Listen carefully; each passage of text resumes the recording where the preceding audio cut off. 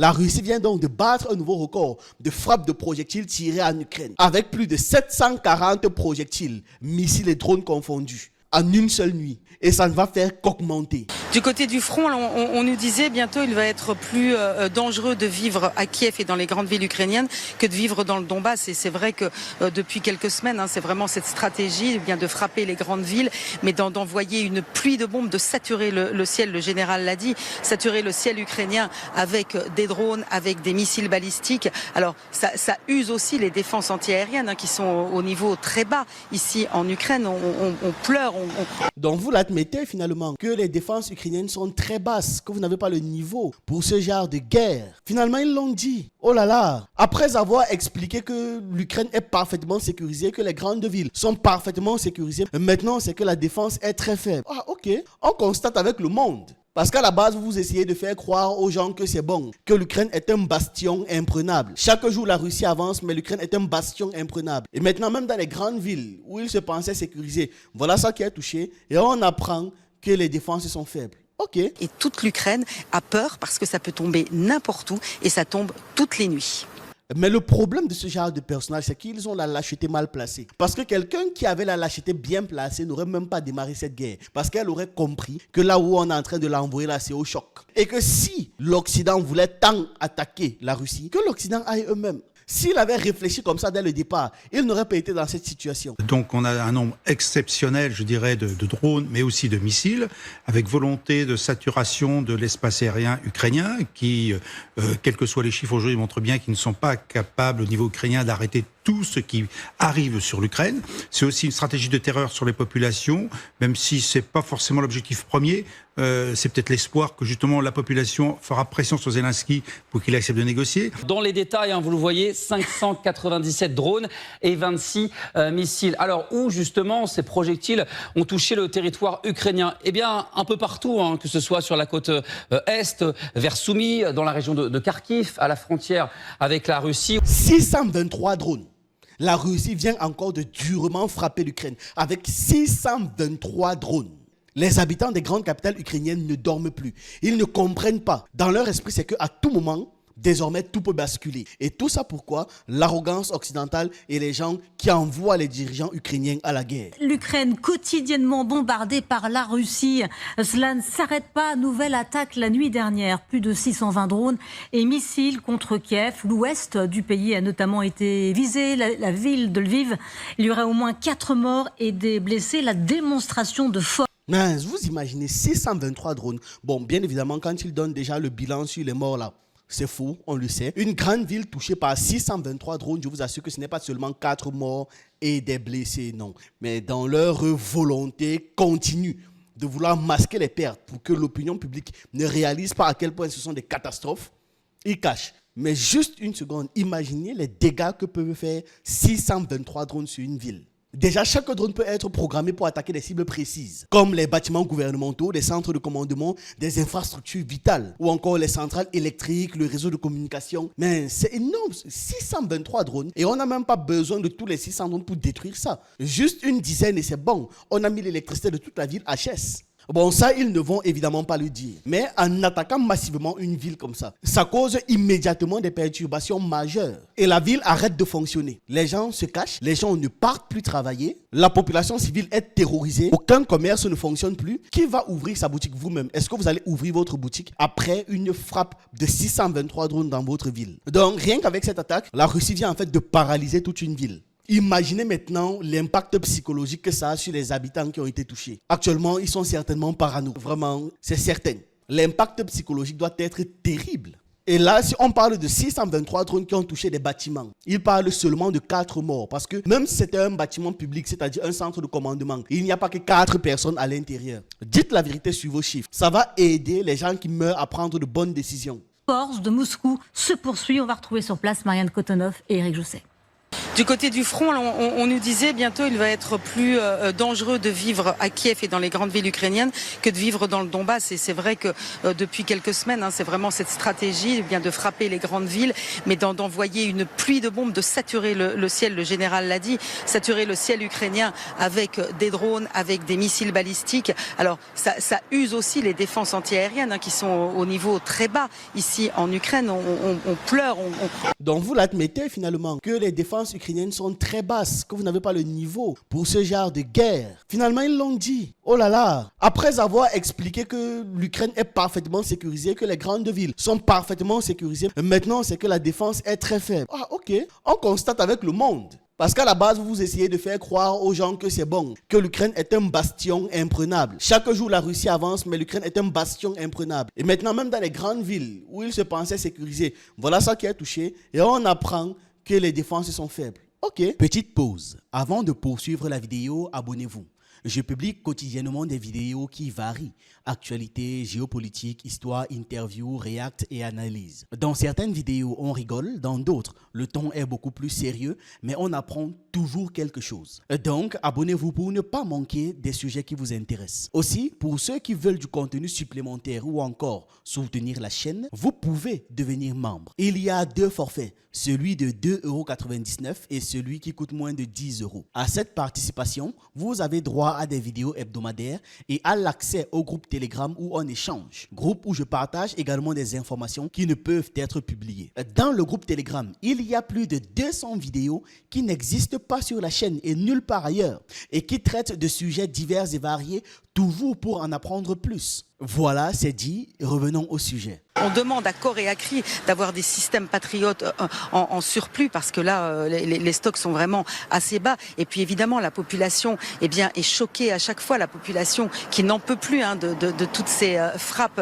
nocturnes. Il y a des habitants dans des villes, ils nous disent mais on ne sait jamais si ça va nous tomber dessus cette nuit ou la nuit prochaine. Là, la nuit dernière, c'était Lviv, c'était toute la région ouest de l'Ukraine qui était frappée. La nuit d'avant, c'était la région de Kiev encore qui était frappée. À chaque fois, il y a une cible privilégiée, mais tout le reste de l'Ukraine est arrosé aussi. Alors, si la population est fatiguée, est lassée, comme je disais, est très probablement terrorisée, ce qu'elle devrait faire, c'est se poser la question réellement de savoir est-ce que cette guerre est utile ou pas. Comment on reconnaît une guerre utile d'une guerre qui ne l'est pas? Une guerre utile est une guerre pour sa survie. Point. Quand une guerre est nécessaire pour sa survie, elle est utile. Lorsque la guerre est déclenchée pour les intérêts de quelques-uns, de quelques milliardaires un peu excentriques qui veulent se faire plus d'argent, elle n'est pas utile. Lorsque une guerre est déclenchée parce que d'autres ont des intérêts chez vous et vous manipulent pour vous envoyer au front, ce n'est pas utile. Une guerre ne doit être acceptée par un peuple que si cette guerre justifie un sacrifice. C'est-à-dire, nous sommes tranquilles chez nous, un envahisseur vient chez nous et nous devons lutter. Ou alors, nous avons attaqué cet envahisseur-là pour une nécessité de survie. Parce que cet envahisseur-là nous a tellement fait souffrir et il s'apprête encore à nous faire souffrir. Là, oui, on peut mener une guerre. C'est comme ça que ça se passe. Parce que vous n'avez pas d'autre choix, vous êtes coincé au mur. Soit vous décidez de faire cette guerre, de la mener à bien, de la gagner. Ils ont vécu ça durant leurs 2 guerres tribales au XXe siècle. Il y avait les uns qui attaquaient et les autres qui survivaient. Et à un moment donné, ils ont pu déplacer différents fronts, eux aussi contre-attaquer. Mais il y avait une nécessité de survie des autres. Donc, il faudrait que la population commence par se poser cette question. Est-ce que c'est une guerre nécessaire ou pas? Vu que ce n'est pas une guerre nécessaire parce que factuellement la Russie ne représente pas un danger pour l'Ukraine, tant que l'Ukraine ne décide pas d'être contre la Russie, la population maintenant doit agir pour pouvoir déloger les gens qui sont là-bas. Bien sûr, le dire comme ça dans une analyse, c'est facile, mais en réalité, c'est très dur d'avoir un gouvernement corrompu à la tête d'un pays. On sait de quoi on parle. Il y a toujours des personnes chargées en fait de dissocier tout mouvement d'ensemble. Le gouvernement en place n'aura aucun scrupule à massacrer quelques-uns de la population qui essaient d'éveiller les consciences des autres. Mais collectivement, si l'Ukraine a accès à l'information, si les populations ukrainiennes ne sont pas autant aliénées que les populations que l'on peut voir dans d'autres endroits dans le monde, elles devraient se poser la question de savoir est-ce que cette guerre est utile et agir en conséquence. Parce qu'ailleurs dans le monde, en plus des dirigeants téléguidés, nous avons des populations extrêmement mal éduquées. Donc c'est vraiment ça. Les populations ont peur. Hein. Moi, depuis que je suis ici, je n'avais plus vu de gens aller dans les abris à Kiev. Et bien là, maintenant, on les retrouve dans les métros. La nuit dernière encore, il y avait des alertes. Les gens ne savaient pas si ça allait tomber sur Kiev. Eh bien, la population s'est déplacée jusque dans les métros de Kiev pour y passer la nuit parce qu'ils sont dans l'expectative, dans la terreur de savoir si, eh bien, la ville va être bombardée ou pas. Et toute l'Ukraine a peur parce que ça peut tomber n'importe où et ça tombe toutes les nuits. Merci beaucoup Marianne Kotonov avec Éric Jessé à vos côtés. Kiev qui doit récupérer des missiles patriotes pour sa défense aérienne. Le président Zelensky prévient que cette montée en puissance, elle ne va pas s'arrêter. Voilà ce qu'il dit sur sa chaîne Telegram. Pour l'instant, notre priorité est de renforcer les défenses aériennes. La Russie veut passer à l'utilisation de 1000 drones dans l'espace d'une seule attaque.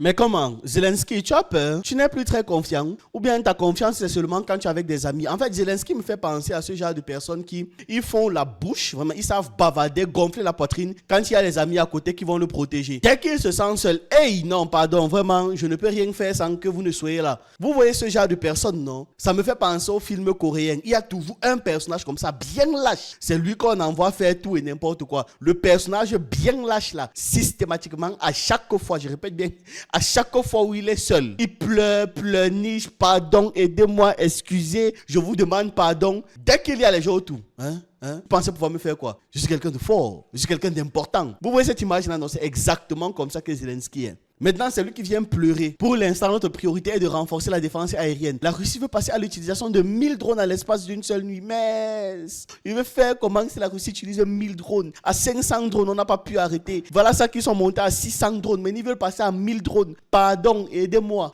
Mais le problème de ce genre de personnages, c'est qu'ils ont la lâcheté mal placée. Parce que quelqu'un qui avait la lâcheté bien placée n'aurait même pas démarré cette guerre. Parce qu'elle aurait compris que là où on est en train de l'envoyer, là, c'est au choc. Et que si l'Occident voulait tant attaquer la Russie, que l'Occident aille eux-mêmes, que l'OTAN aille elle-même, qu'elle aille elle-même. S'il avait réfléchi comme ça dès le départ, il n'aurait pas été dans cette situation. Je ne sais pas, je me demande s'il est en train de réfléchir, de penser comment l'histoire va relater ce qu'il a fait là. Parce que beaucoup de personnes pensent qu'aux yeux de l'histoire, ils seront des héros. Parce que de leur vivant, ils ont eu quelques miettes. C'est comme ça qu'il va salir le nom de toute sa lignée. Peut-être même qu'elle était déjà sale à la base. Quand une personne se comporte avec autant d'indignité. La Russie qui est portée par une économie de guerre qui tourne à plein général, il n'y a pas de raison que ça s'arrête pour l'instant?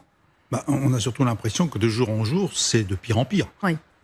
Littéralement, et c'est normal. En face, on a aussi des personnes qui, chaque jour, accentuent leurs attaques contre la Russie. Est-ce que ces gens sur le plateau, au-delà de la propagande qu'ils font, se sont déjà réellement demandé pourquoi est-ce que la Russie ne peut pas stopper son industrie militaire? Il y a plusieurs raisons. La première, c'est la sécurité avant tout. La Russie est littéralement encerclée par des menaces. À l'ouest, il y a l'OTAN. Tout un bloc de pays puissants, il faut l'admettre, qui n'attendent que la moindre faille pour anéantir la Russie. En Asie centrale, il y a l'instabilité. En Arctique, il y a les tensions qui ne font qu'augmenter. Ça veut dire que la Russie considère que sa puissance militaire est la meilleure garantie de sa souveraineté. Et je pense, je vais paraphraser, je n'ai plus les mots exacts, une citation de Poutine qui disait que les deux meilleurs alliés de la Russie, c'est son armée et sa marine. Si je ne me trompe pas, c'est quelque chose comme ça. Donc c'est pertinent que dans une analyse de ce genre, on le prenne en considération. La Russie ne peut pas baisser en fait son arsenal. Elle ne peut pas baisser son industrie. Parce que contrairement à l'Europe qui s'est simplement radossée sur les États-Unis, ils sont contentés de faire leurs cotisations, sachant que tonton Amérique allait tout gérer. La Russie, elle, est littéralement encerclée. Les Occidentaux, non, ils ne sont pas encerclés d'ennemis. Mais bientôt, ils le seront. Parce que le Sud global reprend des forces. Maintenant, au-delà du fait qu'ils sont encerclés d'ennemis, il y a le fait que l'industrie de défense stimule globalement. La recherche en intelligence artificielle, spatiale, robotique, aviation nucléaire, etc. Ça stimule la science. Ça fait de nouvelles découvertes, de nouvelles approches. Donc, forcément, des innovations dans des secteurs dérivés qui peuvent être appliqués aux civils et augmenter la productivité ou alors générer un gain économique pour le pays. Satellites, cybersécurité, avions civils, augmenter les protections de tout et n'importe quoi globalement. D'autant plus que parfois, quand on cherche quelque chose, on ne trouve pas ce qu'on cherchait, mais on trouve autre chose qui a une application qui peut être rentabilisée. Maintenant, la Russie ne peut pas baisser son industrie de défense parce que la Russie ne fabrique pas seulement les armes pour elle, mais aussi pour ses alliés. En Afrique, en Amérique latine, en Asie... Partout, l'Iran, la Chine et d'autres, bref, ils sont en partenariat militaire avec plein de pays. La Russie veut aussi pouvoir littéralement défendre sur place ses alliés stratégiques comme la Chine ou encore la Corée du Nord. C'est-à-dire pouvoir déployer des troupes, déployer des zones et pouvoir mener des guerres de haute intensité pendant très longtemps. Une autre raison, c'est une forme, comment je vais appeler ça, de logique d'engrenage stratégique. La guerre en Ukraine a forcé la Russie à accélérer massivement sa production. Drones, missiles, blindés, artillerie et j'en passe. Ils ont même augmenté la production des Oreshnik et d'autres missiles qui vont très loin. Cette guerre a aussi rappelé à la Russie que c'est contre l'OTAN qu'elle combat. Ça veut dire qu'elle doit maintenir un engrenage militaire suffisamment dangereux pour pouvoir inquiéter l'OTAN à tout moment. La Russie veut pouvoir avoir un avantage décisif face à tous ses ennemis. Et donc, pour pouvoir maintenir sa posture de puissance, est obligée de continuer. Donc, présenter l'industrie de défense de la Russie qui se renforce comme quelque chose de potentiellement catastrophique, ça l'est, mais pas pour les Russes ou leurs alliés. Ça l'est uniquement pour les ennemis de la Russie. Donc on a un nombre exceptionnel, je dirais, de drones, mais aussi de missiles, avec volonté de saturation de l'espace aérien ukrainien, qui, quels que soient les chiffres aujourd'hui, montrent bien qu'ils ne sont pas capables au niveau ukrainien d'arrêter tout ce qui arrive sur l'Ukraine. C'est aussi une stratégie de terreur sur les populations, même si c'est pas forcément l'objectif premier. C'est peut-être l'espoir que justement la population fera pression sur Zelensky pour qu'il accepte de négocier. Mais c'est aussi toutes les infrastructures civiles à destination de la guerre, de l'industrie d'armement ukrainienne qui sont visées. On en parle peu, mais ça fait partie des cibles. C'est beaucoup plus important que le reste. Et donc on a d'un côté cet aspect de frappe en profondeur sur l'ensemble de l'Ukraine. Quand même pas l'oublier, sur l'ensemble de l'Ukraine. Alors qu'avant, c'était plus ou moins localisé. Et puis, le front qui n'est pas stabilisé, où les Russes avancent péniblement, mais aussi où les Ukrainiens font des contre-attaques. Et donc, la Russie frappe sur l'ensemble de l'Ukraine en simultané. Et l'Ukraine pense qu'elle peut vaincre un pays pareil. Et ces gens les encouragent à continuer. Continuent de raconter, de déblatérer dans leurs médias à longueur de journée que la Russie est affaiblie, que la Russie ne s'en sort pas, que la Russie n'est pas équipée. Vraiment, la Russie n'est rien, n'est jamais rien, n'a jamais rien. Mais c'est la Russie qui est capable de frapper en simultané plein de métropoles ukrainiennes. Vous voyez comment d'une analyse à l'autre se contredisent? Parce que dans leur volonté de constamment mentir et de mentir en longueur de journée, il y a des choses qu'on ne veut pas dire qui finissent par sortir. Donc voilà, donc on a un front qui est relativement stable, avec quand même quelques avancées du côté russe, et puis de l'autre côté, ces frappes généralisées sur l'ensemble, et qui montrent, comme vous l'avez dit il y a quelques instants d'ailleurs, une économie de guerre du côté russe qui est croissante, et ça va être, à mon avis, croissant de plus en plus. Anastasia, c'est vrai que là, on voit qu'il y a vraiment une volonté de terroriser la population aussi, avec à chaque fois des endroits qui sont visés. Là, c'est Lviv qui est tout à l'ouest, mais aussi des villages qui sont aussi à la frontière avec la Roumanie. Donc, il y a vraiment la volonté de dire, ben voilà, où que vous soyez, vous n'êtes pas à l'abri.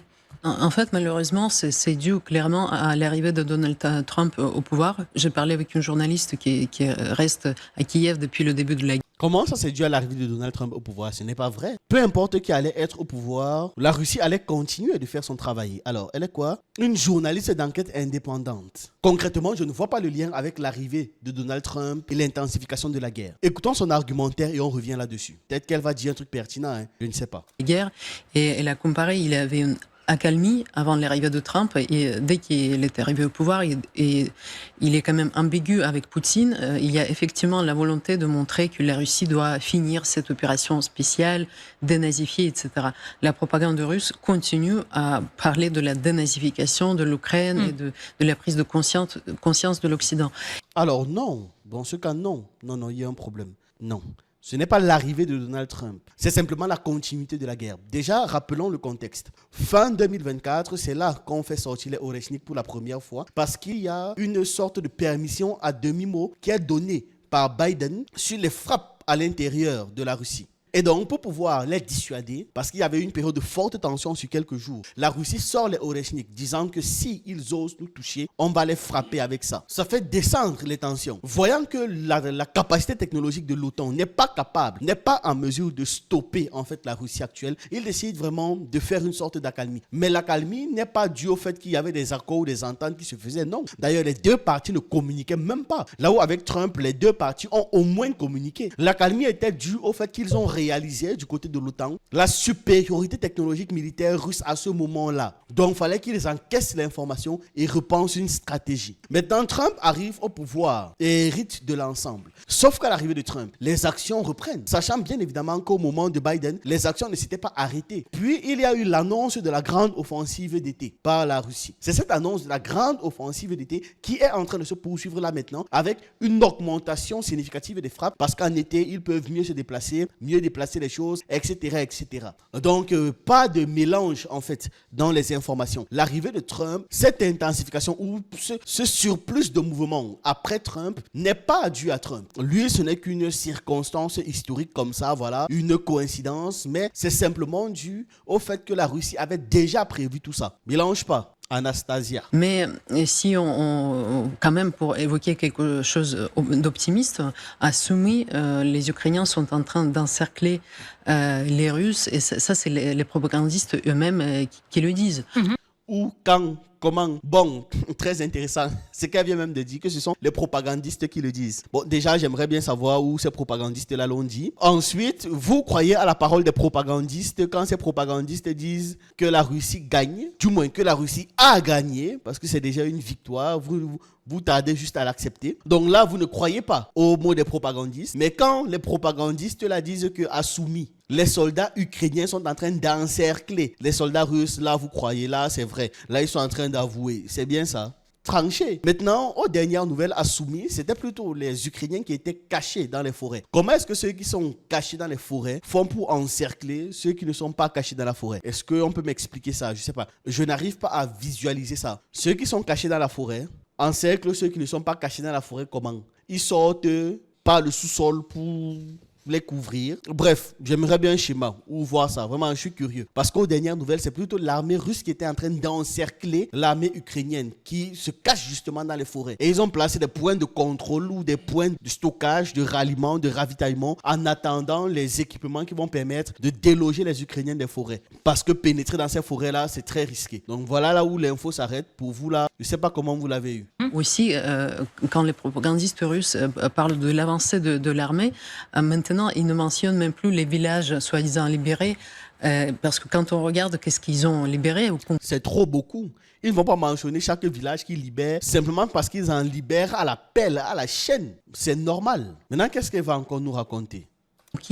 Il y avait 186 habitants dans un village que les Russes venaient de libérer il y a une semaine. Ouais. Donc c'est vraiment... Quoi, la vie de ces 186 habitants là ne comptait pas? Ça compte, non, il me semble. Ce n'est pas parce qu'il y avait 186 habitants que la Russie n'a pas annoncé. C'est parce que la Russie libère cela à l'appel et qu'il y a des victoires qui ne sont pas obligées d'être mentionnées en Mondovision. Ce sont seulement des victoires majeures qui se font annoncer. Mais ce n'est pas non plus parce qu'il n'y avait que 186 habitants qu'on ne doit pas les libérer. Au moins, et ça c'est très intéressant, elle a utilisé la bonne expression, libérer. Ça veut dire qu'elle confirme de manière implicite que les gars qui vivaient là-bas, ces 186 habitants étaient opprimés, étaient envahis. Donc qui a envahi qui? Attention à leurs mots. On doit faire très attention à leurs mots. C'est dans ce genre de détails que leur vérité ressort. Très peu. Au lieu d'avancer militaire et des cibles militaires, ils terrorisent la population, effectivement. Mais... Quoi, ils vont terroriser la population qu'ils viennent de libérer, c'est ça? Je vais envoyer des hommes, des soldats, attaquer une zone qui n'est même pas rentable économiquement, qui n'a que 180 habitants pour les terroriser. Et vous trouvez ça parfaitement logique dans la tête d'un esprit, du moins d'un esprit sain. Parce que j'oublie souvent de préciser qu'ils sont très malades. Il y a, si vous voulez, sur les territoires occupés, ils prennent des civils, ils les envoient en masse dans les prisons russes. Il y avait un film récent. Pourquoi faire? Non, elle manque. Oh. La prison coûte de l'argent. Hein. Il n'y a aucun intérêt pour un gouvernement d'envoyer une population sans aucune raison dans des prisons. C'est-à-dire que tu arrives juste, ils ont conquis un territoire, ils vous prennent, ils vous mettent dans des prisons. Il n'y a aucune raison pour qu'un gouvernement le fasse. Parce qu'une prison coûte de l'argent. Mentir encore en disant qu'ils prenaient ces populations pour aller les faire travailler aurait été plus logique. Ça aurait été plus logique. En prison, tu ne coûtes que de l'argent. Tu ne rapportes pas. Or, toute l'infrastructure de la prison coûte de l'argent. Donc, elle essaie de nous faire gober un mensonge selon lequel il y a le gouvernement russe qui arrive, libère des populations, ensuite les terrorise. Donc, le mot, ce n'est pas libérer qu'elle doit utiliser. Puis, oui, capturent ces populations pour les mettre en prison, ou ça va leur coûter de l'argent de s'occuper de ces populations-là, alors qu'ils peuvent simplement laisser ces populations-là tranquilles et dire que désormais, ce territoire est à nous, vous êtes russes et apprenez à parler russe. Vous voyez que ça n'a aucun sens, non? Mais ils essayent quand même de nous faire gober ce genre de conneries. Et après, quand je vais la zapper, il y a certains commentaires qui disent que je coupe la parole aux gens. Quand quelqu'un dit des choses comme ça, c'est tellement illogique qu'il n'y a même rien à débunker dessus. On peut juste souligner la bêtise de l'argumentation et passer à autre chose. Non, après, c'est un peu plus la laisser parler. Pardon, c'est terminé. Je ne sais pas pourquoi vous me regardez encore. Elle n'a plus rien à dire ici. Quitte là. Alors justement, on parle de montée en puissance de la Russie qui bombarde sans arrêt l'Ukraine. Mais qu'en est-il exactement? Brandon Warhead, vous nous avez rejoint, vous êtes donc avec nous et vous allez nous expliquer ce qu'il se passe exactement depuis plusieurs semaines. Bonjour Sylvia. Eh bien déjà, regardons du côté du bilan de la nuit dernière. 623 projectiles tirés depuis la Russie en direction du territoire ukrainien. Dans les détails, vous le voyez, 597 drones et 26 missiles. Alors où justement ces projectiles ont touché le territoire ukrainien? Eh bien un peu partout, que ce soit sur la côte est, vers Soumy, dans la région de Kharkiv, à la frontière avec la Russie, ou encore principalement et surtout dans l'ouest de l'Ukraine notamment. Ah, ils ont tiré à 9 endroits. Calculons un peu, ça fait à peu près 62 missiles dans chaque zone. Ça va, vraiment. Au début, j'ai pensé que les 623 missiles et drones là étaient sur une seule ville. Bien sûr, ça fait des dégâts. Et attention, ça fait énormément de dégâts. Mais je me disais que tout ça sur une seule ville, les dégâts doivent être catastrophiques. Et c'est d'autant plus grave encore que ces gars nous parlent que de 4 morts. Parce que s'il y a 9 capitales, ou du moins 9 grandes villes ukrainiennes touchées, ils nous disent qu'il n'y a que 4 morts. Ça fait moins d'un mort par ville. Alors qu'on parle de 72 projectiles en moyenne dans chaque ville. Je ne sais pas comment ils ont réparti ça, mais si c'est 9, j'ai juste divisé par 9 tout simplement. Les 623 là divisé par 9. On a 62, pas 72. On a 62 environ. Mais malgré tout, ça fait des dégâts. Ouh, mince. En tout cas, on poursuit. Aussi dans le centre de Kiev. Regardons du côté de cette infographie, de cette carte qui nous vient d'un compte Telegram certifié. On voit justement les différentes trajectoires de ces missiles qui saturent la défense aérienne ukrainienne. Donc cette nuit dernière, regardez, nous étions dans la nuit de mardi à mercredi, la plus vaste attaque de missiles et de drones russes en territoire ukrainien, 741 projectiles tirés. Alors depuis ces dernières semaines, Sylvia, on parle beaucoup de records qui s'accumulent. Par exemple, c'était le 4 juillet, la semaine justement d'avant, c'était déjà un record, 550 projectiles avec évidemment toujours la majorité de drones tirés en direction du territoire ukrainien. La Russie vient donc de battre un nouveau record de frappe de projectiles tirés en Ukraine, avec plus de 740 projectiles, missiles et drones confondus, en une seule nuit. Et ça ne va faire qu'augmenter. Et là, c'est 200 projectiles supplémentaires en seulement quelques jours, avec notamment des missiles et des projectiles qui se dirigent, qui se convergent vers la capitale Kiev. L'objectif, évidemment, de Moscou, c'est d'envoyer un signal très fort à l'Ukraine, donc toucher le pouvoir politique de l'Ukraine. Avec ce petit comparatif quand même, aujourd'hui, donc on parle de 623 drones et missiles pour la nuit dernière. Regardez, on parlait le 15 janvier, il y a 6 mois déjà, d'une attaque importante. Nous étions pourtant seulement avec 120 drones et missiles russes tirés en direction du territoire ukrainien. Le message doit donc être clair, non? Que plus cette guerre dure, plus la Russie va être dure aussi. Mais quand ils voient même tout ça en perspective, je parle des dirigeants ukrainiens, ils ne se rendent pas compte qu'ils sont tombés dans un traquenard. Ils ont déjà vu où les Occidentaux réparaient les conséquences des guerres qu'ils déclenchent hors de leur bloc. Dites-moi un peu, ils ont déjà vu ça où? Ils ne voient pas qu'ils sont en train de tomber dans un traquenard? Et les gars ne font que pousser le pays encore plus, aller plus. Construire une ville, ça prend des décennies. Détruire une ville, ça ne prend que quelques jours. Et le pire, c'est que le matériel utilisé, tu ne peux même pas le recycler. Le fer des bâtiments, là, tu ne peux pas le recycler. Le béton des bâtiments, là, tu ne peux pas recycler ça. Le fer, peut-être même que tu peux encore mettre dans une forge. On tape ça, on essaie de fabriquer un truc avec. Construire une ville demande infiniment plus de ressources que la détruire. Au lieu de comprendre ça, non, on part faire la guerre. Contre qui même? C'est-à-dire que même quand tu choisis les ennemis pour la guerre, est-ce que tu choisis la Russie? Ouah, l'Ukraine. Oh. Vous l'avez vu, la majorité des projectiles, ce sont des drones parce que c'est peu coûteux. Les Russes en produisent énormément. Il y en a dans les stocks de Vladimir Poutine. L'objectif principal, vos invités l'ont rappelé en plateau, c'est de saturer donc l'espace aérien ukrainien. De l'autre côté, des missiles, il y en a peu parce que c'est beaucoup plus cher et les Russes en possèdent beaucoup moins. Depuis le 24... Je tiens à préciser que beaucoup moins ne signifie pas beaucoup. C'est juste beaucoup moins que les drones. Puisque les drones coûtent moins cher à fabriquer, ils en produisent à la pelle. Les missiles plus chers, mais ils en produisent aussi à la pelle. C'est simplement moins beaucoup que les drones. Donc, dites-vous qu'ils comparent ça aux drones. Pas à la quantité que possède même la Russie et encore moins par rapport à l'OTAN. Parce que dites-vous que peu importe le prix du missile, la Russie possède beaucoup plus de missiles que l'OTAN. Février 2022. Regardez cette donnée assez importante. Moscou a envoyé 29 000 drones Shahed en territoire ukrainien, avec notamment, et là c'est 10% de l'ensemble des projectiles tirés depuis le début de la guerre en Ukraine, 2800 au total, rien que pour le mois dernier. Il y a des spécialistes américains, des spécialistes militaires qui ont été interrogés ces derniers jours par le New York Times, rappelés notamment cette nuit par le président Volodymyr Zelensky. Avec son économie de guerre, Moscou pourrait, à partir de cet automne, lancer à partir d'une seule attaque, plus de 1000 drones par attaque. C'est la raison pour laquelle le président ukrainien Volodymyr Zelensky a demandé ces derniers jours à ses soutiens, à ses alliés, d'intensifier leur aide. Il a begging you, pardon, je vous en supplie, encore un peu, même un missile, je vais survivre même 2 jours. Pour justement contrer la force de frappe russe.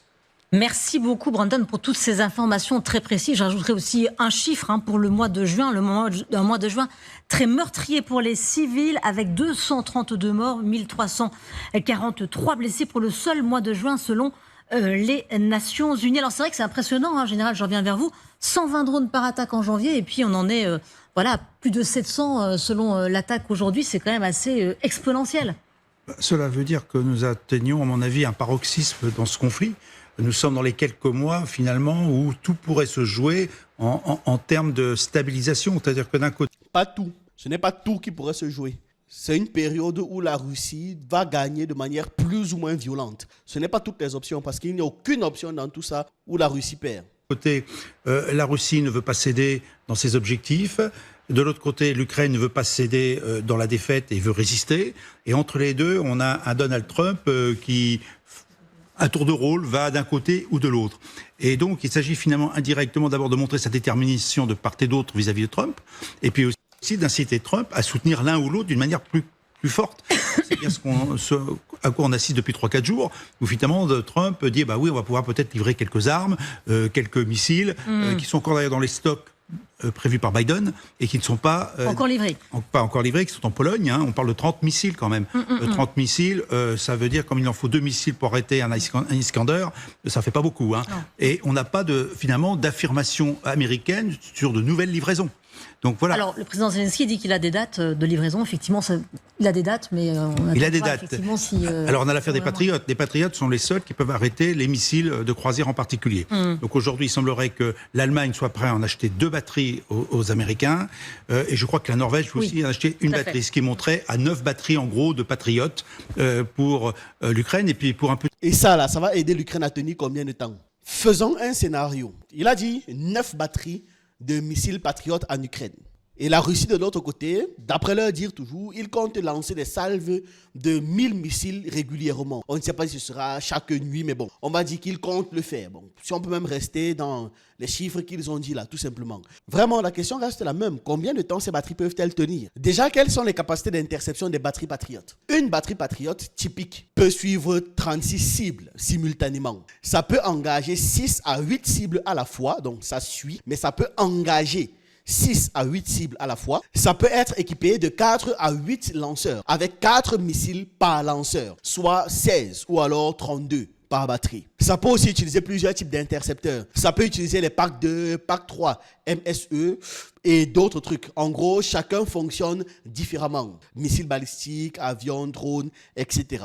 9 batteries représentent donc, si je suis le même calcul, 144 ou alors 288 missiles prêts à être tirés en une seule salle, en théorie maximale. Vraiment, je pousse le délit au max. Donc au maximum, c'est 288 qui peuvent être tirés d'un coup. Vous voyez déjà le problème, non? Ça peut engager environ 54 cibles simultanément. Et ça, j'insiste encore, c'est en situation idéale. Si tout se passe bien, sachant que le taux de réussite est souvent moins de 100%. Et du fait que certains drones sont trop petits et trop lents pour pouvoir justifier l'utilisation d'un missile Patriot qui coûte 3 à 5 millions de dollars la pièce, ça devient chaud. Ça veut même dire que pour certains trucs, ils ne vont même pas engager des Patriotes. Mais bon, on revient encore. Malgré tout, disons qu'ils acceptent d'utiliser les missiles Patriot. Sachant que tirer les missiles Patriot, ça prend du temps, ça prend des moyens, camions spécialisés, sécurité, j'en passe. Ça prend du stock que l'Ukraine ne peut pas produire, elle-même doit être obligée d'acheter. Comme vous entendez là, c'est X qui se charge d'acheter ça. Il a dit l'Allemagne et la Pologne, si je me souviens bien. Donc, prenant tout ça en compte, comprenez que en cas d'attaque répétée de 1000 projectiles de la Russie, drones et missiles compris, comme on a vu là, avec une surabondance de drones par rapport aux missiles utilisés, les patriotes qu'ils ont dit qu'ils vont donner là seraient à court d'utilisation entre 1 et 3 jours. 3 jours étant le temps idéal. Et ça veut donc dire que même en 1 jour, tout ça peut être épuisé. Et ils auront dépensé entre 144 et 288 missiles à 5 millions de dollars la pièce. On fait le calcul. Ce n'est pas le gaspillage. L'argent là ne pouvait pas servir à autre chose. Et sachant que dans tout ça, les patriotes qui vont être déposés là, ça ne va pas se remplacer ou se ravitailler à l'infini. Non, pas du tout. L'argent là peut être utilisé pour 1001 choses différentes et plus pertinentes. Et en plus, l'Ukraine passe son temps à demander les patriotes. Les patriotes ne sont pas utilisés, ce n'est pas pertinent pour intercepter les drones et les missiles, non. Ça veut dire quoi? Ça veut dire qu'avec ces patriotes, c'est la logique, hein? Ils protègent les infrastructures militaires, les infrastructures sensibles. Ça veut dire qu'une fois de plus, ils sont en train de se protéger, les dirigeants ukrainiens, et de délaisser la population. Donc, c'est à la population de comprendre le message. Vraiment, ne soyez pas débiles. On peut dimensionner l'ensemble, sachant que les Américains, eux, n'en ont que 60 si on fait le bilan. Donc c'est beaucoup pour l'Ukraine quand on fait le bilan. Alors après chaque nuit d'attaque, le président Zelensky appelle à de nouvelles sanctions, à envoyer davantage de signaux. Le chef de l'administration présidentielle dit la formule, c'est simple, pour mettre fin à la terreur, c'est les sanctions économiques, les frappes à longue portée pour détruire la production d'armes de destruction massive et un bouclier aérien. Les voilà, ces solutions pour pouvoir venir à bout de ces attaques massives? Non, ils ne viendront pas à bout. Ça dit, parler, c'est facile. Hein. Dans la théorie, ils donnent toujours l'impression que c'est simple. Il suffirait de frapper les endroits de production et puis ils viendront à bout. S'ils pouvaient, vous pensez qu'ils ne l'auraient pas fait? Est-ce que c'est facile de toucher toutes ces cibles-là? C'est une prise de parole qui se comprend. Il a besoin de réagir et d'en appeler à ses principaux soutiens. Mais il est pris dans une mauvaise dynamique, si j'ose dire.